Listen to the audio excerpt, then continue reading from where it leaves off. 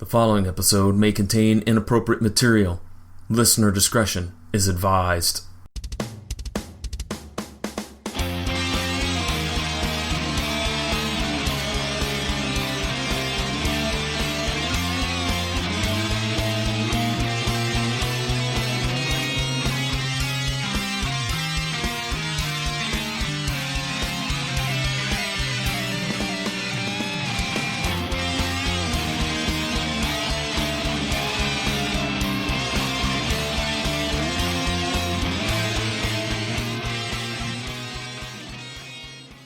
Come on down and welcome to this special episode of Matt Talk. Mimi and I are here to talk to all of you about everything. Ryan Stiles, Colin Mockery, Wayne Brady are going to play you the hits. This is Drew Carey giving you another episode of Matt Talk. Wait. Not that Drew Carey. It's a different Drew Carey. It's not Drew Carey. No, it's not Drew Carey. That's what I just said. Yes. You're confusing the audience already. And I'm sorry if that's happening, ladies and gentlemen, but we do have just perfectly weaved all the things Drew Carey is most known for into one You intro. know what? I totally do agree with you on that one. That was very well done. Mimi? You certainly did a great job on that. You certainly did. That's what she was called, right? Mimi? Yeah, Mimi was the thing. I didn't watch a lot of the Drew Carey show, to be honest with you. Did you? I did, and I liked what I saw. And Okay. I recently tried to find a place to stream it, and it's not streaming anywhere. I was very What? disappointed. You're kidding me. Huh. Mm-mm. I'll be darned. I did not know that. Well, anyways, ladies and gentlemen, it's John and Jason back here for another episode of Matt Talk. And we've hit a theme with these last 3 episodes.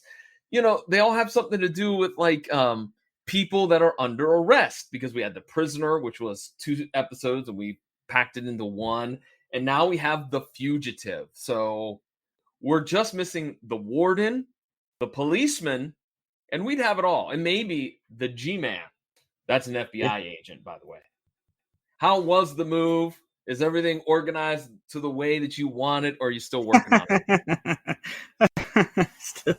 Still working on it, man. Still working on it. The only thing I really have done is my tribute to the dead that I have in my living room. I have a nice little tribute to my ex-wife, who's my daughter's mom. I got her urn hanging out up there with my grandmother's nun doll and my grandpa's serviceman, you know, like the old gas station attendants. He had a doll of that. I got his last pack of cigarettes up there. And my daughter's mom's lighter that she left at our house like a week before she passed. Cool, man. And I see in the background also, you've organized some other things. Looks like you got a rack of DVDs or Blu-rays all organized and whatnot. Yeah, pretty much. Moving stinks. I don't know anybody that likes to move. And if you do like to move, there's something wrong with you. Sorry, I just said it. There's something wrong with you. Because Rome was a pain in the day. You know what? Correct. You are correct. I'm comparing my house to Rome. That's right, ladies and gentlemen. You just hope that it doesn't collapse like Rome. Word. All right. Jason, shall we go ahead and jump on into it, man? Yes. Yes, we shall, John. Yes, we shall. All right. It's time then, ladies and gentlemen, for our opening statements. All right. I've already given away the title of this episode. It is called The Fugitive. And its original air date was November 28th, 1989. And we have a couple guest stars to talk about. Actually, we have one that I'm going to talk about, but that's going to be maybe in a more negative light. But more on that in a little bit. Let's talk about him. Jason, first of all, we have a gentleman by the name of Tim Ryan, who is playing the role of Drew Carey. Yeah. Now, you guys know him from stand-up comedy. Right. He was had a brief stint on the George Carlin show, but he's most known for, obviously, The Price is Right. Yes. And the Drew Carey show. And Whose Line Is It Anyway? Mm-hmm. You know what? And it's just amazing that they're going to cast somebody to play Drew Carey when they could have just maybe it wasn't in the budget to get the actual real person to be Drew Carey.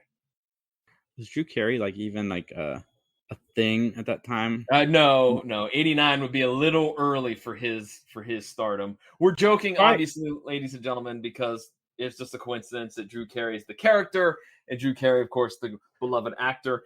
For you folks that are listening in Ohio, of course, also this gentleman, this actor's name is Tim Ryan, who we can also equate him to a congressman from the Youngstown area who took over for Jim Trafficant. Same guy? No, Tim Ryan. Yeah, same guy. No, not the same guy. Totally different dude. Actually, if you look up Tim Ryan, you'll see that he used a different name for a while, something that was very, very long and hard to pronounce. I don't blame him for shortening things down to Tim Ryan. But you may know Tim Ryan as Captain Austin on China Beach and Lenny Golden in the miniseries Lucky Chances, and then a bunch of one appearances on a variety of different shows.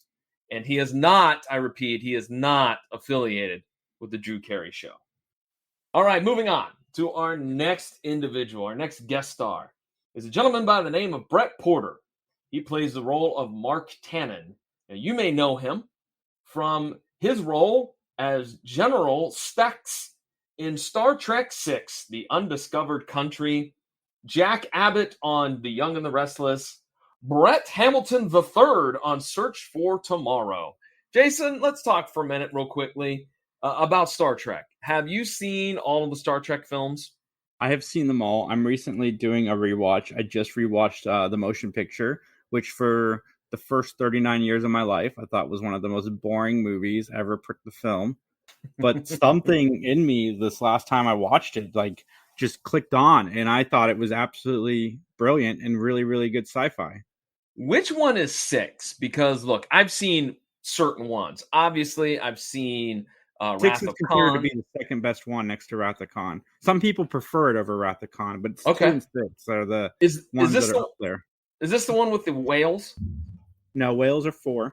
4. I love the okay. whales. I haven't seen 5 and 6 in forever, mainly because every time I try to watch 5 is bad. Yes. The one Shatner directed, Yeah. I can never make it past 5, and I lose my steam of watching it. Okay. 'Cause 2, 3, and 4 I absolutely adore. It's the Spock dies, comes back, Right. and then they go and get the whales. It's kind of like a trilogy in and of itself. Yes, correct. And then 5, I believe Kirk meets God. I've never make it that far. And then 6 is done by the same team who did Wrath of Khan.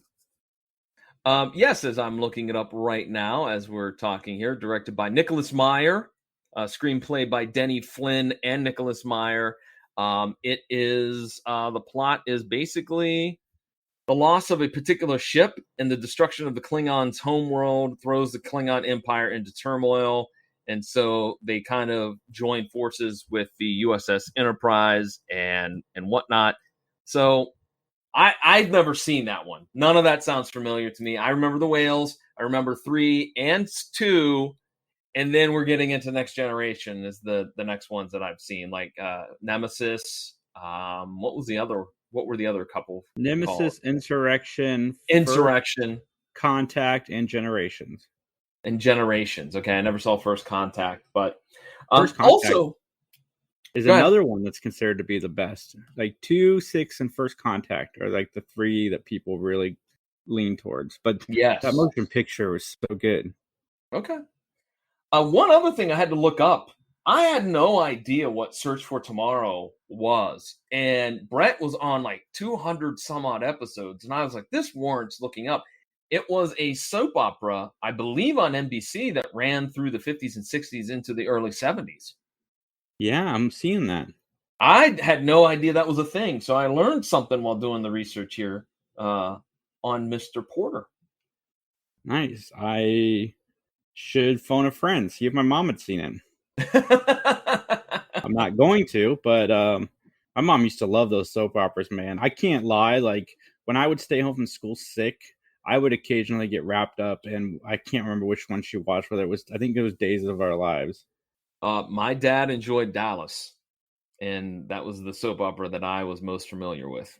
But that was more of a drama, right? Because it was a weekly show, not an everyday show. Correct. Yes, it was weekly, and it was more of a drama. But it was still soap opera like, because you had the kind of the same plot devices, if you will. Yeah. All right, our last guest star is Terry Garber, who will be playing the role of Valerie Walsh. You may know her as Iris Dombrowski on As the World Turns. Ashton, Maine on The North and the South, a TV miniseries that ran in the late 80s, early 90s, all about the Civil War. But there were 3 distinct multi-episode miniseries. She was on all 3 of them, and I guess every single episode as this Ashton, Maine. You may also know her as Suzanne Collier on Santa Barbara, and probably the best role that she was known for, the most famous role she was known for, is Leslie Carrington on Dynasty. Now, there's going to be another gentleman, and Jason, feel free to IMDb this gentleman, but his name is Kevin McCarthy. Don Knotts, everybody. Don Knotts it's not is in Don this episode Knotts. as a guest star, and he was on Three's Company. Great show. Yes, right. But we're not talking about him. We're talking about Kevin McCarthy. He is an individual that did a ton of one-shot episodes for various different TV series. I have to confess, and I'm letting the cat out of the bag way early on this, one of my gripes was Kevin McCarthy. He plays the role of Mr. Horton, and man, I just felt like he was terrible. Absolutely dreadful in this role. Wow, John. Just a way to disrespect the dead. Well, I know he's no longer with us, but maybe he was better in his other roles. But here in Matlock, oof, man, Dude, he was man. like 70-something in Matlock, too. Yeah, he was. Maybe that's part of it. I don't know, but man, oh man, his performance was subpar at best.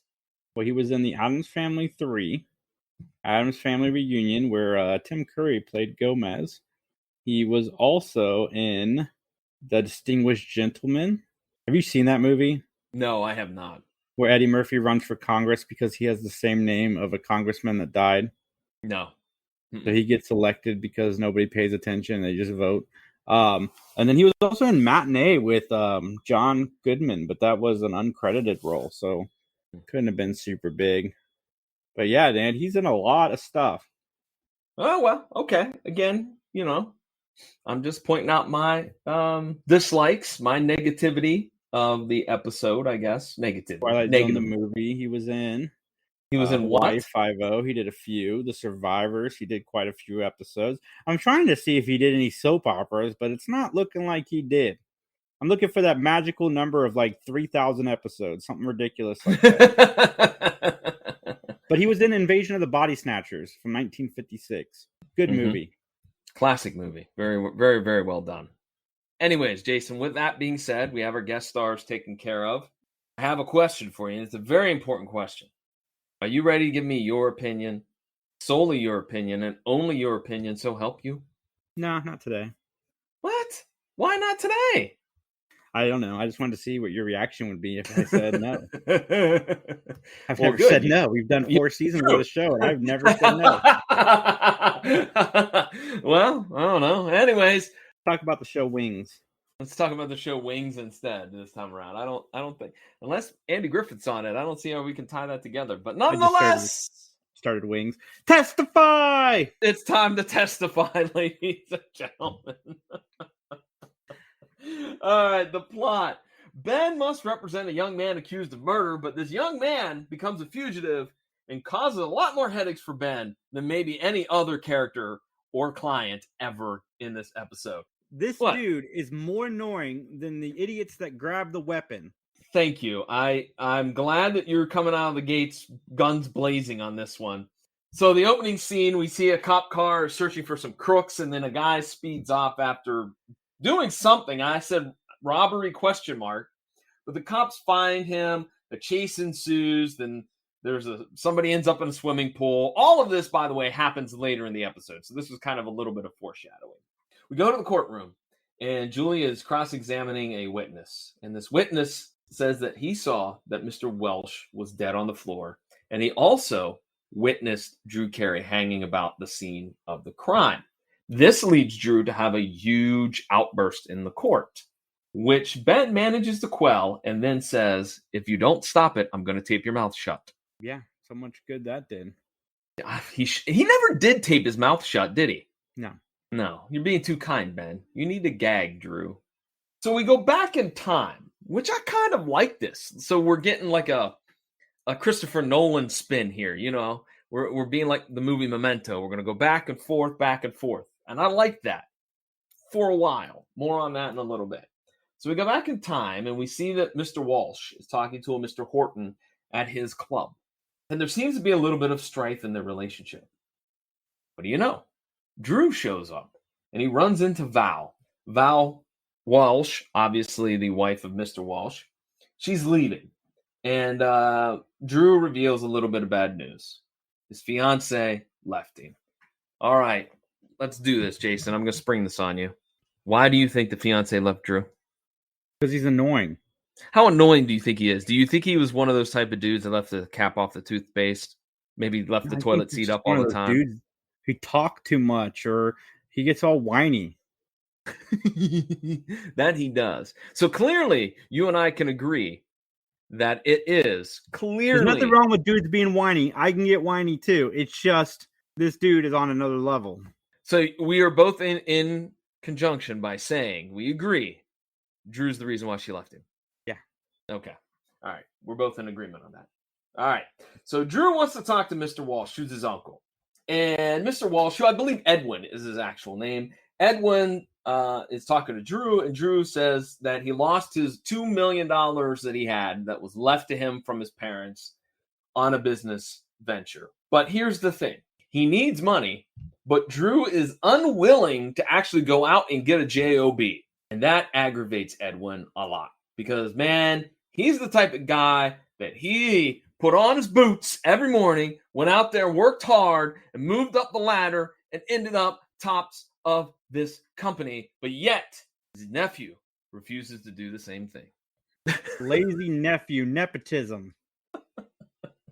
The look of disgust, ladies and gentlemen, on Jason's face is priceless. That's why I was laughing. Clearly, he agrees with Edwin. Get out there and get a job, man. Stop being lazy. Yeah, man, work hard.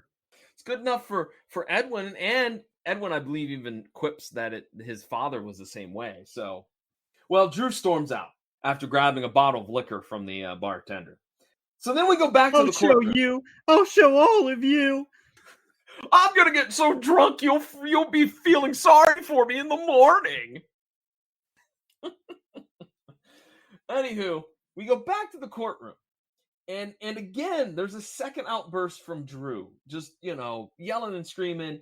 So Ben hauls him grabs him by the back of his suit and drags him down out of the courtroom, which I thoroughly enjoyed. It takes him into the restroom where he's just giving him the business. Like, you got to shut up. You got to let me do my job. You don't say anything, blah, blah, blah. And so now we go to Valerie on the stand. And again, this time we have an outburst, which is number 3. This time, Drew punches a bailiff and then runs out of the courtroom. Oh, Drew. I know. Drew, you dumb bastard. Oh, wow. That's how much you dislike this guy. I mean, come on, man. You the worst thing you can do to make yourself not look guilty is to punch a bailiff. I mean, obviously that's going to make you not look guilty. And then run out of the courtroom like Phoebe Buffay from Friends. If you guys watch Friends, you know what I'm talking about. Run out of the courtroom like a crazy person, and then... We haven't even gotten to the best part because there's now a foot chase. The cops in Atlanta are the worst because it's like a Benny Hill skit every time the cops show up. Absolutely. That no one can manage to keep this. It's as if Drew Carey, the character Drew Carey, is like a criminal mastermind. He is like Dr. Doom, and he is farthest from it. He is like the epitome of a criminal you would see in a Laurel and Hardy short. You know what I mean? I thought we were gonna get like a Scooby-Doo chase where they were popping on and out of doors. Well, instead, there's a foot police. That's how terrible this scene was. I can't even describe it. There's a police chase on foot until Drew gets into, is that his Corvette? Because I guess I can assume that, but he can't get out of the parking lot because there's a broke down car. So this leads to more foot chase. And then Drew manages apparently to outrun the Atlanta cops. My goodness, at this point, I'm tired, folks. I just, my brain hurts from all of this silliness in this episode already. I don't know what to say. Jason? Sometimes, John, there's just no words. This is why I suggested we talk wings, but you didn't like my idea. Oh, that's true. All right, we're back to a scene of Ace Calhoun. He is in the kitchen of Ben's house because, as we find out, his kitchen's getting remodeled. He did a very nice thing. Jason, he made dinner for both of them. But he is upset because Ben didn't call. Ben didn't call and say he was going to be late. He could have called. He could have called. It's not like they're going together. That's what Ben says. It's not like we're a married couple. But here's my big exclamation mark. They sit down at the table and they start talking about the case because Ace heard about it on the radio. That can't be legal. Like there's got to be some type of like law being broken right there because Ace has nothing to do with the court case. And isn't there a thing like called client lawyer confidentiality? Probably, but all you have to do is hire Ace. Maybe Ace works for him. Yeah, I just recently saw that in Better Call Saul. Yeah, here's $20. Now you're my lawyer, right? Yeah, okay. Also, I love how there's a mystery. They don't know what Ace actually made because he claimed that he made ham hocks and beans, but Ben said, "Where'd you get the ham hocks?" He said, "Your fridge." There's none in the fridge. So there's this little bit of comedy as to what exactly did Ace make. Yeah. Oh, Ace. Oh, Ace Calhoun. All right, I noticed something in the next scene that I don't think anybody else probably noticed. All right, but you go to a scene where Val Walsh shows up and she gets out of her car. I don't know if you picked this up. Did you pick this up that in the shot where she leaves the car, she has on a black suit jacket and a black skirt, and she's au naturel. In other words, she's just got her regular legs. She doesn't have pantyhose or anything on. But then in the very next scene, she has pantyhose on. Because I noticed that. I'm like, that seems to be a goof a little bit. Some continuity. What, did she put on pantyhose before she entered the house? Yeah, maybe. Maybe that's her quirk. Who am I to judge, right? Who am I to judge? Anyways, Drew happens to show up in Valerie's house, and he reveals that he knows Val was having an affair. And lo and behold, this conversation is interrupted by Ben Matlock. Apparently, everybody thought just to go to Valerie's house for some odd reason. And Drew, again, runs off, Jason, taking the keys from the desk of Val's car and taking off with it. Okay, at this point, you've now run away like 4 times. I'm getting sick and tired of this vehicle that they're using to push the plot along. What say you? Yeah, a little bit. I don't want to give away my thoughts too much, but yeah. Okay. Definitely. Okay. All right. Well, Ben has some details to give to the police as they're interviewing him. Valerie divulges that she was with her lover, Mark, that she couldn't have killed Edwin because she wasn't around. But she did say that she overheard Horton and Walsh at the club arguing about some project. And then we cut to a scene where Drew is at a crappy hotel and he bribes the owner to get the ledger to see if Valerie was there. So then we cut to a scene where Mr. Horton is getting ready to leave. He's going to Washington, D.C. to pitch his new project, his new machine, whatever you want to call it. And he's being interviewed by Ben. But coincidentally and conveniently, he really can't tell Ben much about the project because he needs government clearance. It's classified. And then Ben goes next door down the hall to see Walsh's office, and it's already packed up. That's kind of curious, isn't it? Because Ben quips that he's only been dead a couple of days and they're still not even done with the autopsy. Yeah, they wanted him out of there. Mm-hmm.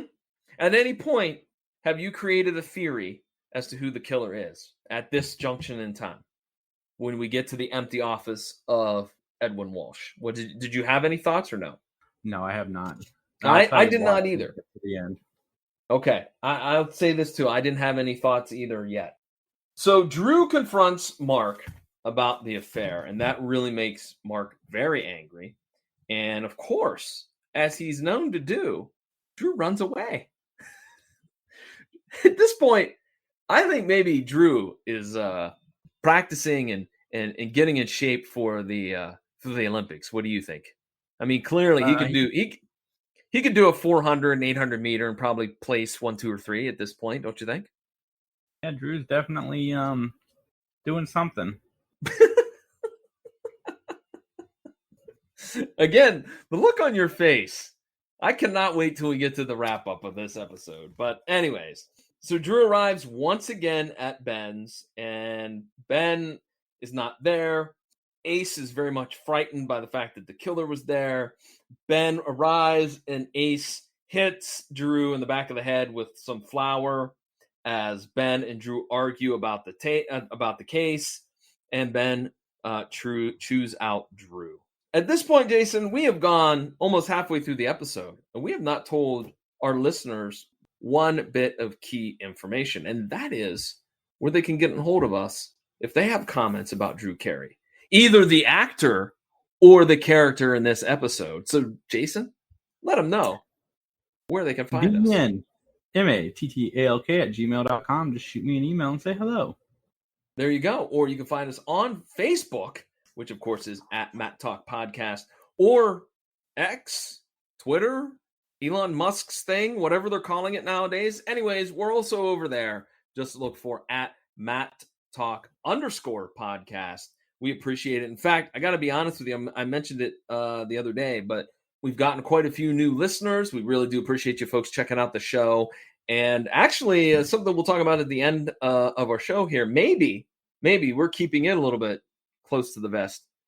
I dropped this past week that we got some big things coming, and some people really like that. We'll talk more about that as well. But let's get back to the episode, shall we?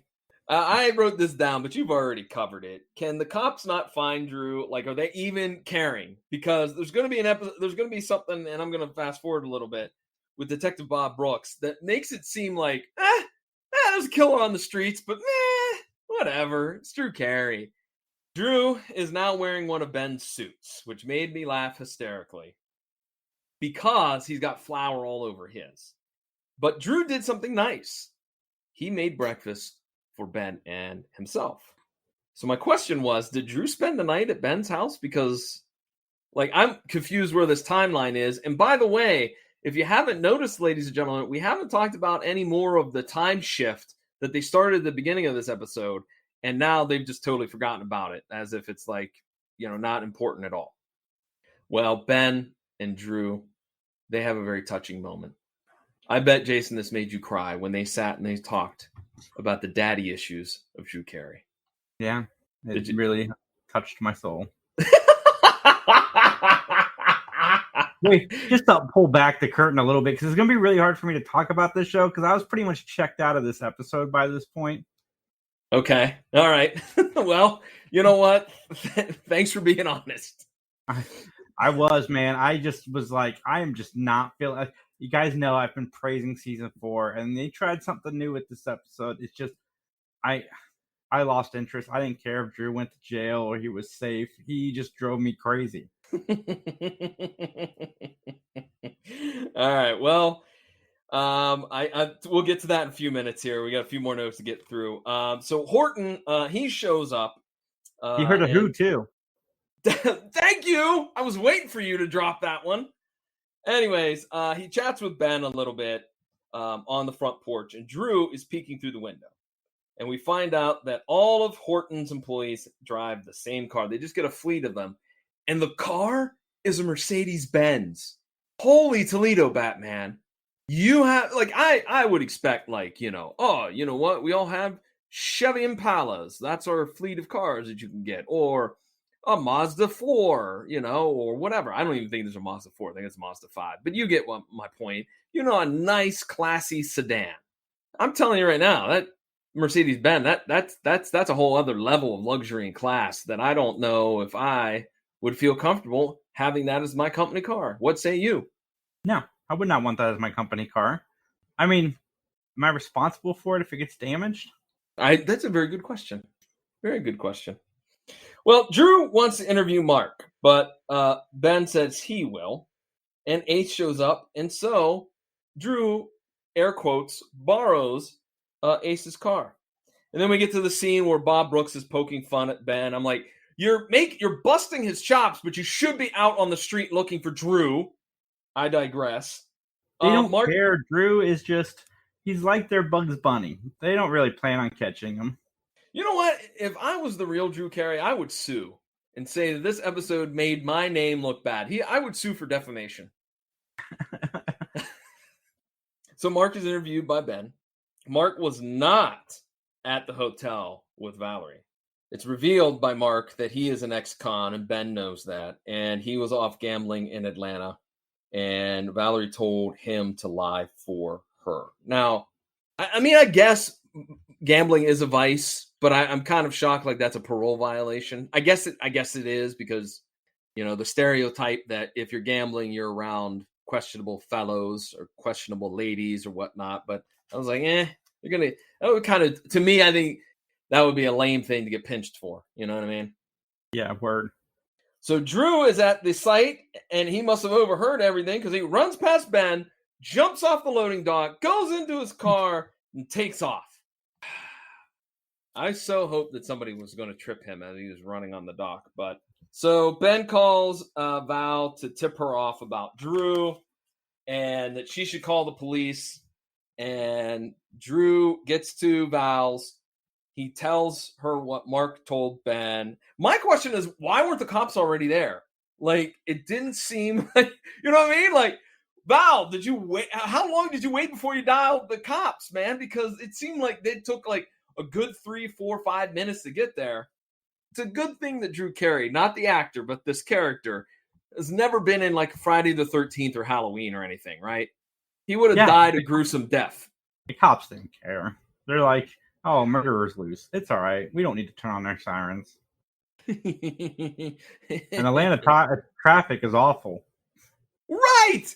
Exactly! So why did he get there? Oh!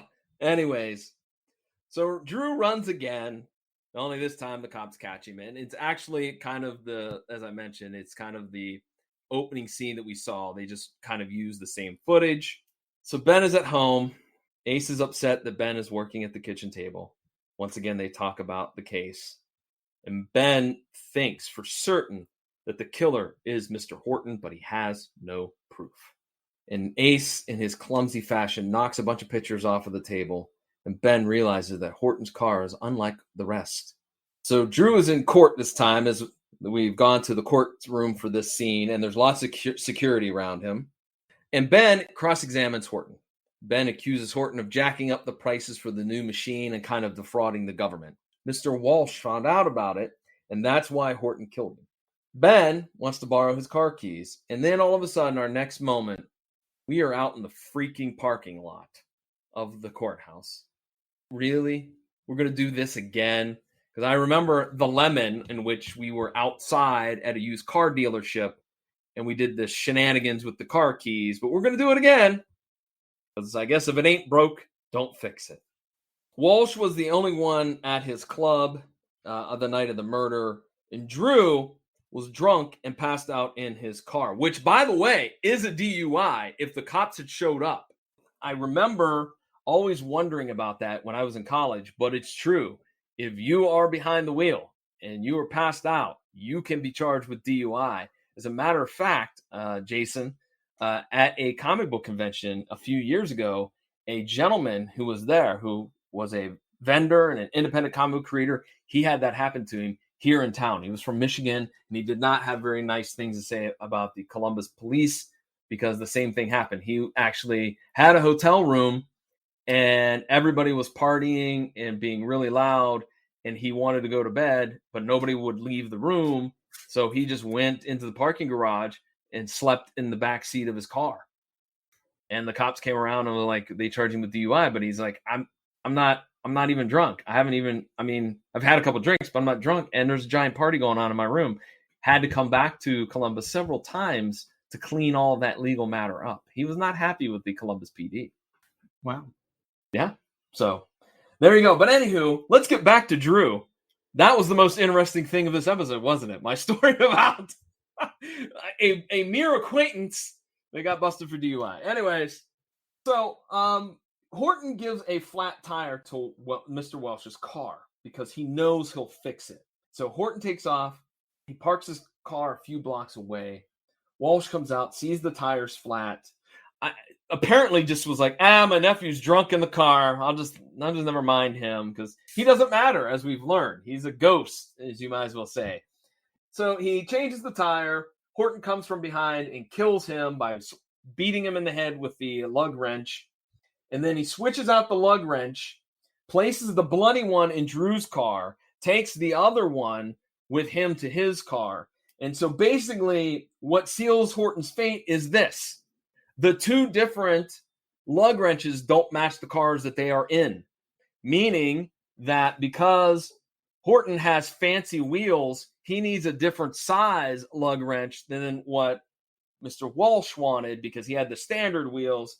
And so due to that, Drew is found not guilty.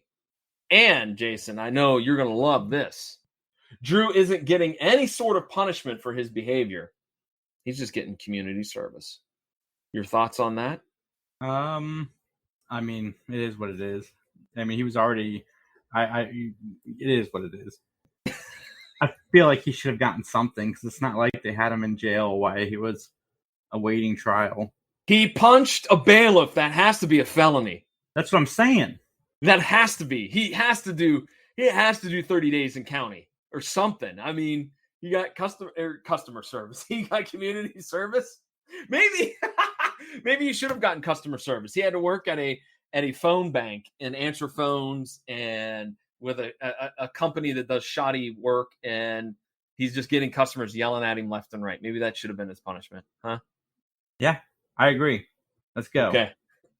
So we close the show with Ben and Ace having a drink, and they kind of reflect on the case, and that's that, ladies and gentlemen. So it's going to be a short one, I have a feeling, here when we rate this, but anything else, Jason, or should we just go right on into it? Let's just go right on into it. I'm All sorry, right, it's time to sit through this. All right, it's time for our closing statement.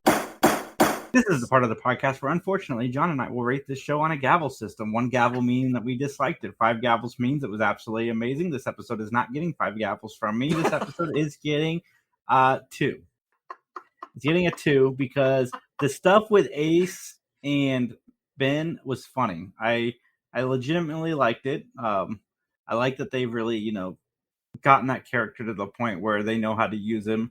And I didn't like the defendant at all. I didn't care about the trial. I really did kind of zone out halfway through this and started doing a crossword puzzle because the episode was, it wasn't for me.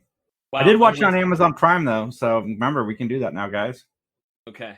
I'm right with you. I gave it a 2 because I enjoyed the motive for the crime. I thought that would make sense. If you're defrauding the government, that's a serious crime. So that was fine. I also loved Angry Ben and how frustrated he was with Drew. I thought that those were great. You know what? Now that you mentioned the interaction with Ace, I'll throw that as a positive too. But my negatives, there were just so many negatives. Number one, I liked how they started to switch the format of the show around, but they only did it for one time, and that was it. Why not try it? Do it. See how it turns out. I could not stand the fact that Drew was like the escape artist extraordinaire, and he was ducking the police constantly. There was no Conrad. There was no Michelle Thomas. Kevin McCarthy's acting was awful. I can't describe how bad it was. To me, he gave no inflection in any of his lines. He was just bad. So maybe he had a bad week while they were filming this. I don't know, but it was. I don't know. He was my favorite part of the episode. Really? No, but he didn't bother me like he bothered you. But again, I tuned out halfway through. So, I mean, well, ladies and gentlemen, as you said, Jason, we have been impressed with season 4. We haven't had a bad episode in a while, but I guess streaks are made to be broken. I did finish the episode. I tuned out does not mean I turned it off and walked away. Okay. No, I was still on. I was just doing a crossword puzzle while I watched. Good. Okay. All right. Well, Jason, before you start plugging other projects real quick, let's talk about it. And I'm not going to say too much because there's a lot of things that has to happen. And this is our second go around at trying to do live shows. That's right, ladies and gentlemen, as I posted in all the Matt Talk social medias, as well as the Matlock groups on Facebook. Jason and I are in negotiations to possibly do some live shows in the area. I know if you're somebody that's listening in Florida or California or wherever, you're probably like, woohoo, who cares? But we are going to try to do live shows and actually bring those live shows as actual episodes. So you would hear what went on at the recording. So if you're out of town, that would be a way for you to still hear the episode. Just might be a little bit of a different format. And as for folks in the area, at this junction in time, we don't have all the I's dotted, all the T's crossed. So I cannot at this point give any other details, such as if you can come, where you can come, what time, what dates, and all that jazz. But we got fingers crossed that this comes through because we've longed to do this, right, Jason? Yeah, I'm looking forward to it. Hopefully we can make this happen. I hope so too. All signs are looking pretty positive for that. So we'll just keep you up to date on both Twitter and on Facebook and right here on the show. Because again, as we said, we're not sure when that opportunity may start, but I'm excited for it. I know you're excited for it, Jason, because, well, let's be honest, we enjoy doing this show and we enjoy entertaining people. And Jason, I know I can speak for you. You love it when you get mail from the listeners talking about episodes and talking about the show and whatnot, correct? Yeah, I do. I can't wait to watch this new Matlock. Uh-oh. Why'd you have to bring up that name? Because I just want to reiterate, guys, it's not a reboot. Her name just happens to be Matlock. She even says it in the episode. You're poking the bear. Stop poking the bear. All right. BENMATTALK@gmail.com. That's right. Email Jason and take your frustrations out on him, not me. No, I'm kidding. Anyways, you can also find us on Twitter. What am I doing? I forgot to do the plug. You did the email. Anyways, you can also find us on Twitter at MattTalk_podcast or on Facebook at Matt Talk Podcast. Jason, talk to him, man, about the Three Geeks Podcast. We are live Saturdays at 7 p.m. That's right. We are back. I am locking down some fun interviews. So just tune in to Three Geeks Podcast anywhere you find podcasts. You are locking down guests, but Drew Carey never got locked up in this episode. See what I did there? I did. Yeah. Anyways, PVDcast is my own personal podcasting project, pvdcast.com, or wherever you find podcasts, such as Apple Podcasts, Google Podcasts, Spotify, etc. That's where you can find my episodes. They range in topics from hockey to wrestling to movies to comics, etc.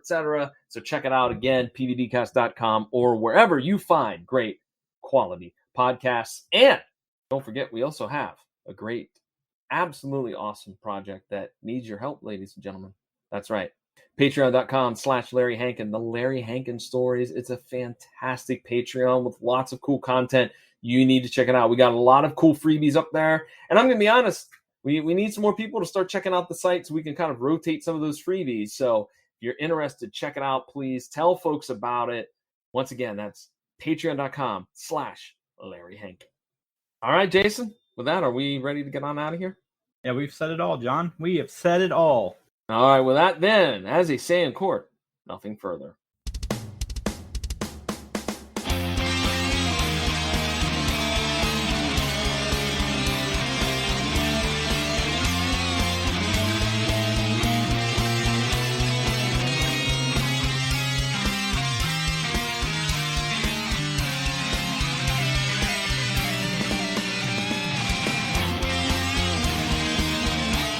The following is a joint production of the Three Geeks Podcast and John Orlando Enterprises, LLC. Copyright 2023.